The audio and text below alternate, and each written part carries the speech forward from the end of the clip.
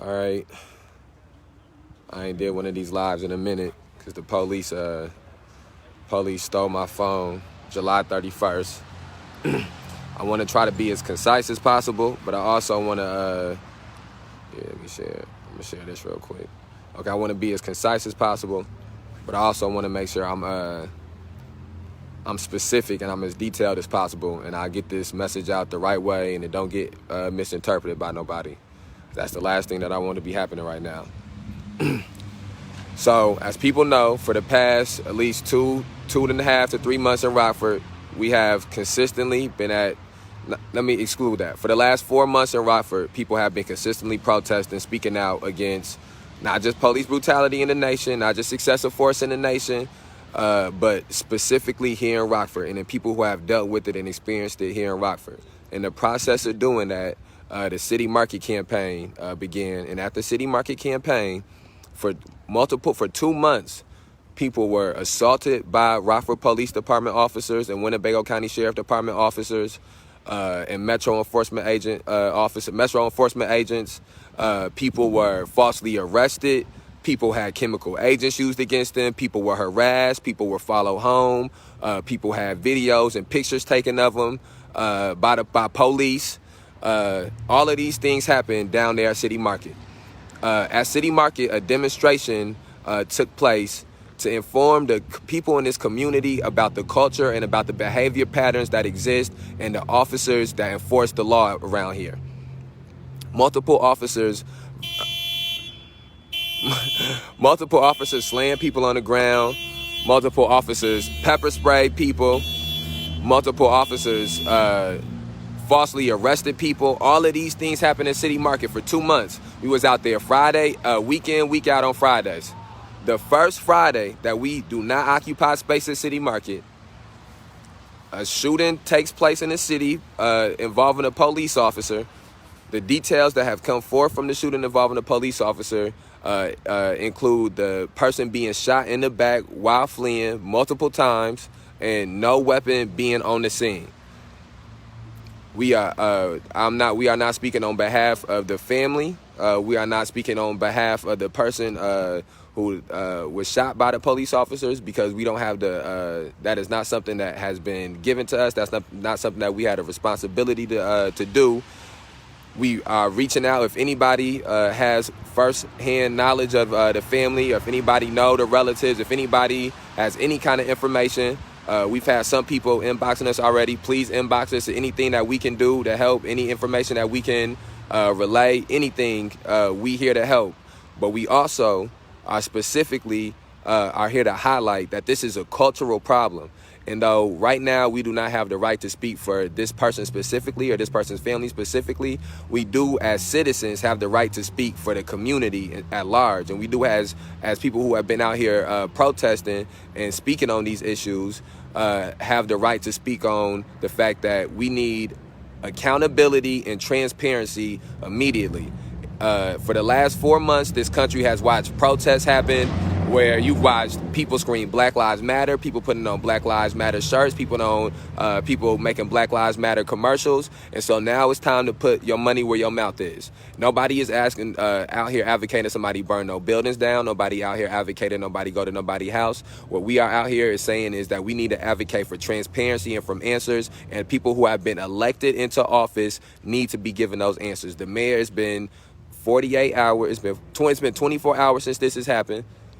It should been some kind of statement to come out on behalf of an elected official to speak onto the culture of brutality that exists within the Rockford Police Department, and how for 2 months people have been screaming about it, and now the first week that they don't talk about it, police officer is involved in a shooting. The mayor needs to speak on that. He needs to answer questions from the press or from people that's in the community. It needs to be a full press conference. We need the name of the officer who was involved in the shooting released to the public, the same way that they was releasing the names of people who was getting arrested for walking on a crosswalk to the public.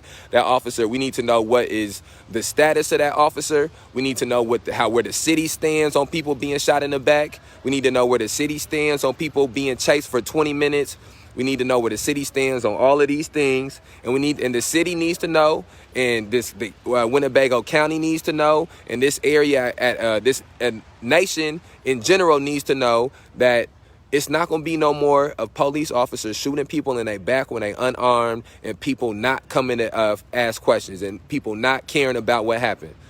It's no such thing as the perfect time it's no such thing as the perfect time to protest, or a perfect time for a demonstration. It's no such thing as a perfect time for a campaign, a protest. And it's no such thing as the perfect victim. It's no such thing as you don't get to pick and choose which people you're going to advocate for and which people you're not going to advocate for. That's the same thing. That's the same thing that we accusing them of doing, the picking and choosing. So you don't get to pick and choose and say, well, this one not clean enough for me, or this one a little bit too complicated for me. If they saying that this was a justifiable shooting, that the police officer was in the right, then it ain't nothing wrong with us saying we want all the information that's available. I have seen firsthand how corrupt this office is. I sat in jail for 4 days for walking on a crosswalk.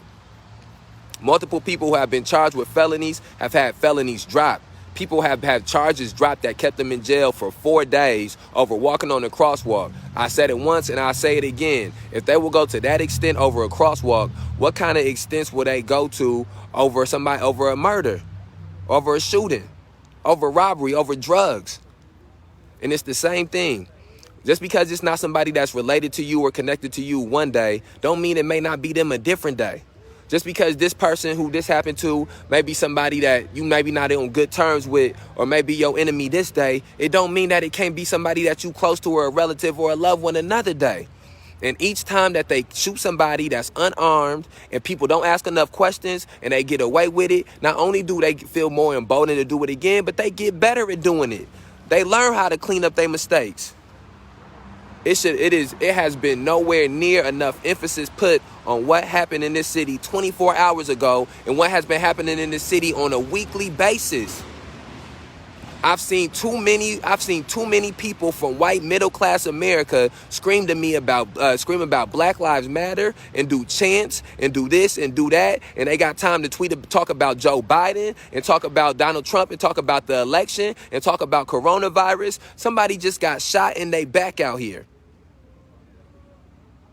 And it's not going to be until things pause when somebody gets shot, when the police officers overstep their boundaries, that things happen. And at the crux of these issues, what's going on is the oppression and the exploitation that has gone on with black people, not just in this community, but in this nation since the inception of this nation.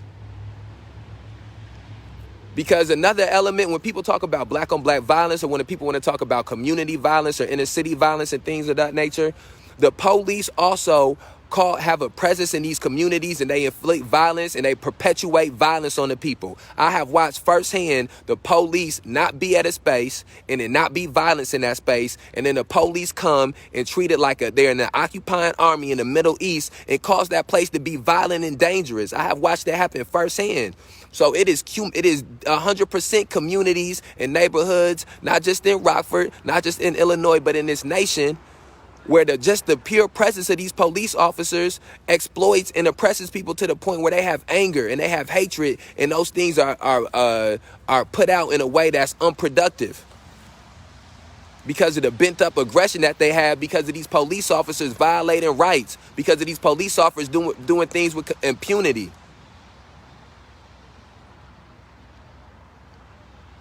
And again, everything that we have ever done as an organization, or anything I've ever done, has been with full transparency. I understand that the mayor's father has passed away. I understand that the mayor has a funeral to attend on Sunday. Nobody is going to this funeral. Nobody is going to his house and causing a disruption in his house.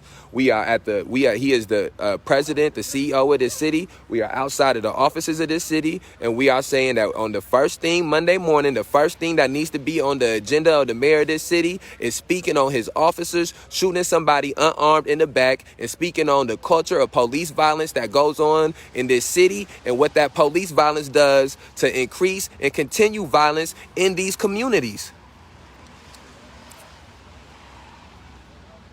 $300,000 have been spent to try to police protesters. $300,000. They have had these little community board meetings. They have had all of these little small things, all of this lip service to try to sweep this issue under the rug, to try to pretend, to try to spend $500,000 to try to pretend like these things was not happening in this city and in this community. In the first week that people are not out at that crosswalk, a police shooting happens. Again, I am not, and we are not as an organization speaking on behalf of the family or speaking on behalf of the victim in this situation. Our wishes are with them. Our prayers are with them if they spiritual. I hope that everybody is 100% safe. But it is time. It is good time for this city to deal with the culture of the police brutality that goes on. It's time. The name of this officer needs to be released. We need to know, people need to know if this is their neighbor. People need to know if their kid is going over to this person's house. People need to know, are we paying for this man? Is this man going to be back on the streets on Monday or Tuesday? And also along with that, the demands for May 30th need to be spoken about. The demands from the City Market 33 need to be spoken about. Those things need to be spoken about. These are issues that are 100% real and 100% happening on a regular basis here. And again, just because it's not you or it's not connected to you today does not mean that it can't be you or can't be connected to you tomorrow. We have to understand the time, a history that we are in. We got to understand the purposes that we are here to solve. Sometimes you go through life and you think that somebody done paved all the way for you and everything is all good and everything is straight. And then you got to realize that you still there in the process of paving the way. And that's where we at. Because this is not how things should be. We done seen how they handle shootings when it ain't police involved, and it ain't the same way that they just handled this shooting now. We done seen how they done handle people at the crosswalk. We done seen the way that the justice system and the police system and the elected officials are set up in this city, and something got to be different. The same thing. This is not the first officer in this police department and in this area to be charged to do something like this, to do an action, commit something that would be a felonious action, a felony action. Just a couple weeks ago, Joshua Sims, an officer that was there May 30th beating people up, an officer who was seen at Back the Blue beating people up, was when he was a Metro Enforcement Agency agent in 2015, he was beating people up, had an excessive force lawsuit filed against him, still was allowed to become a Rockford police officer, and then he had a domestic abuse and a DUI and some other charges just a couple weeks ago. It's multiple officers who charged with sexual assault crimes. It was an officer that assaulted a protester. This is all within this calendar year.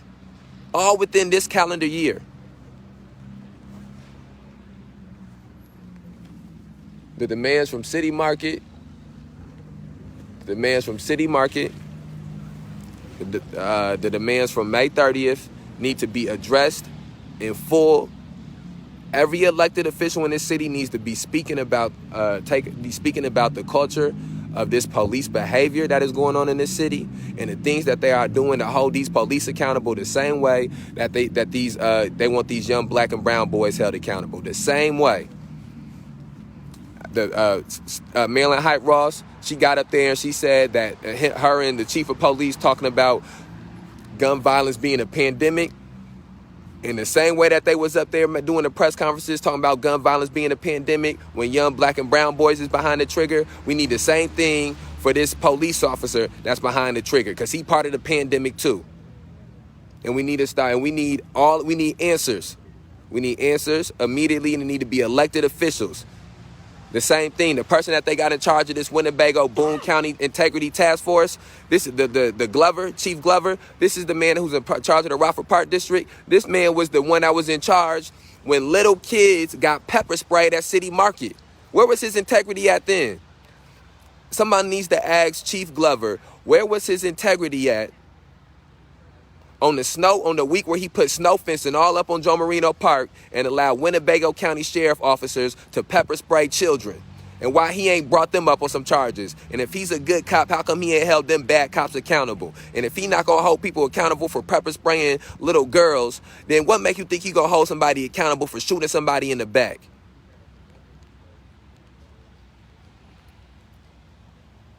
This If you was upset about Jacob Blake, if you was upset about Breonna Taylor, if you was upset about George Floyd, if you were upset about Sandra Bland, again, I'm not speaking on behalf of the family. I'm speaking on behalf of, as a community, the pervasive police brutality and violence and lawlessness and this sense of being above the law and being above reproach, that has to end. It affects everyone here negatively. The police is doing everything that they can. Trust me, the neighborhood I live in, I hear the sirens. They doing everything that they can to try to catch anybody with a gun and to crack down on gun violence and to crack down on the violence that affect black and brown people. So people need to be holding them accountable, trying to crack down on the violence that the police is out here putting on the people.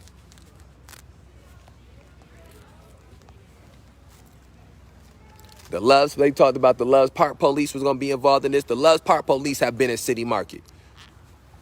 The Rockford Park District have been a part of the assaults that's happened in City Market.